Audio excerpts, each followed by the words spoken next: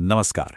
चलिए, आज एक ऐसे टॉपिक को समझते हैं जो किसी भी इकोनॉमी की आप कह सकते हैं जान होता है, एम्प्लॉयमेंट और अनएम्प्लॉयमेंट। ये सिर्फ नंबर नहीं होते, बल्कि ये किसी भी देश की इकोनॉमिक हेल्थ का असली हाल बताते हैं। तो शुरुआत करते हैं पार्ट 1 से, एम्प्लॉयमेंट की परिभाषा। सबसे पहले ये जानना जरूरी है कि आखिर रोजगार का असली मतलब है क्या।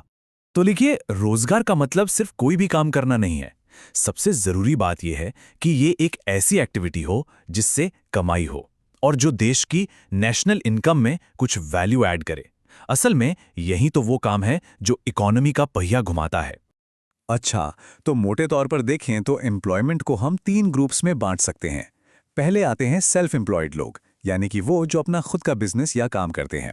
दूसरे हैं कैजुअल मजदूर, जैसे दिहाड़ी पर काम करने वाले। और तीसरे हैं रेगुलर सैलरी वाले एम्प्लॉयज, जिनकी पक्की नौकरी और तनख्वाह होती है।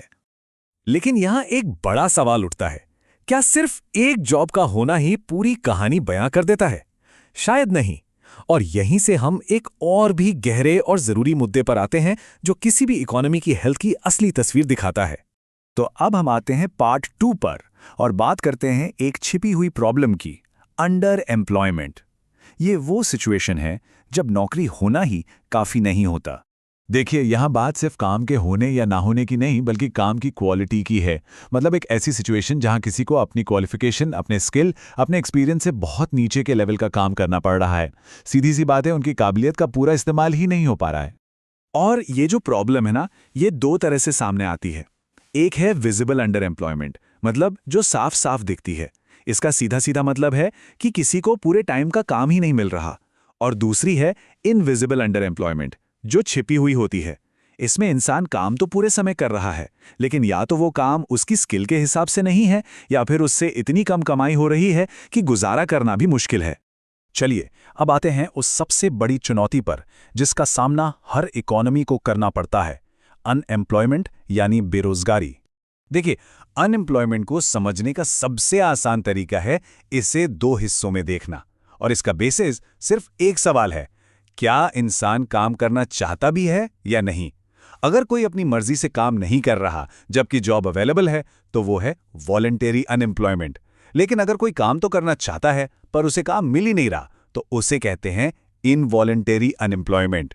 तो हमारा फोकस रहेगा इनवॉलंटरी अनएम्प्लॉयमेंट पर, क्योंकि असली चैलेंज तो यही है जिसके लिए सरकारें और इकोनॉमिस्ट हल ढूंढते हैं। और जैसा कि यहां दिख रहा है, इसके भी कई टाइप हैं। चलिए एक एक करके इन्हें भी समझते हैं। ये तब होता है जब इकोनॉमी के स्ट्रक्चर में ही कोई बड़ा बदलाव आ जाता है। मान लीजिए टेक्नोलॉजी बदल गई। अब जो जॉब्स हैं, उनके लिए जो स्किल्स चाहिए वो वर्कर्स के पास हैं ही नहीं। तो ये स्किल्स और जॉब्स के बीच का एक मिसमैच है। इसको ऐसे समझिए कि ये एक तरह का टेम्पररी और नेचुरल गैप है। जब लोग एक नौकरी छोड़कर दूसरी ढूंढ रहे होते हैं या कॉलेज से निकलकर अपनी पहली जॉब की तलाश में होते हैं, तो उस बीच के समय को फ्रिक्शनल अनएम्प्लॉयमेंट कहते हैं। अब ये वाला जो पॉइंट है, ये बहुत दिलचस्प है। ये एक ऐसी सिचुएशन है जहां लोग काम करते हुए तो दिख रहे हैं, लेकिन असल में उनकी जरूरत ही नहीं है। मतलब अगर उन्हें काम से हटा भी दिया जाए तो प्रोडक्शन पर कोई फर्क नहीं पड़ेगा। इसे छिपी हुई बेरोजगारी भी कहते हैं। और ये कोई नई बात नहीं है। सोचिए, 1930 में ही महान इकोनॉमिस्ट जॉन मेनॉर्ड कीन्स ने दुनिया को चेतावनी दे दी थी कि एक नई बीमारी आने वाली है जिसका नाम है टेक्नोलॉजिकल अनएम्प्लॉयमेंट, यानी टेक्नोलॉजी की वजह से लोगों की नौकरियां जाना। ये तो नाम से ही साफ है। ये वो बेरोजगारी है जो सीजन पर डिपेंड करती है, जैसे खेतीबाड़ी या टूरिज्म जैसे सेक्टर्स में, जहां काम साल के कुछ महीनों में तो बहुत होता है, लेकिन बाकी समय नहीं होता। ये सीधे सीधे बिजनेस साइकिल से जुड़ी है।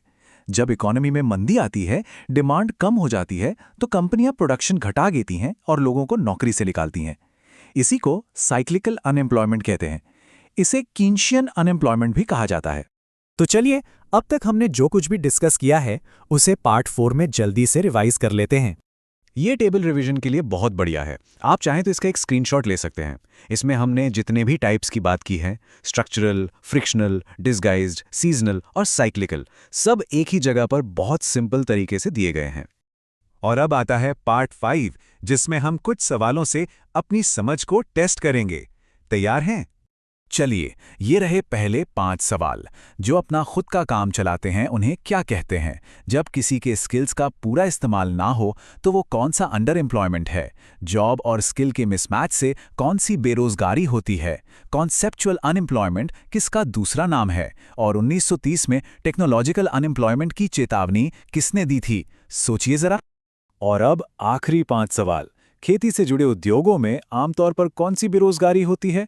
साइक्लिकल अनएम्प्लॉयमेंट का दूसरा नाम क्या है? अगर कोई मिली हुई नौकरी नहीं करना चाहता तो वो वॉलंटरी है या इनवॉलंटरी? जब किसी के पास पूरे समय का काम ना हो तो उसे क्या कहेंगे? और एनएसएसओ के मुताबिक जो काम ढूंढ रहा है पर मिल नहीं रहा उसे क्या माना जाता है? यह शैक्षिक प्रस्तुति गर्व से लॉजिक लैडर इंस्टीट्यूट द्वारा प्रायोजित है। अगर आपको ये विश्लेषण उपयोगी लगा तो कृपया लाइक, सब्सक्राइब करें और नीचे कमेंट करके अपने विचार जरूर बताएं।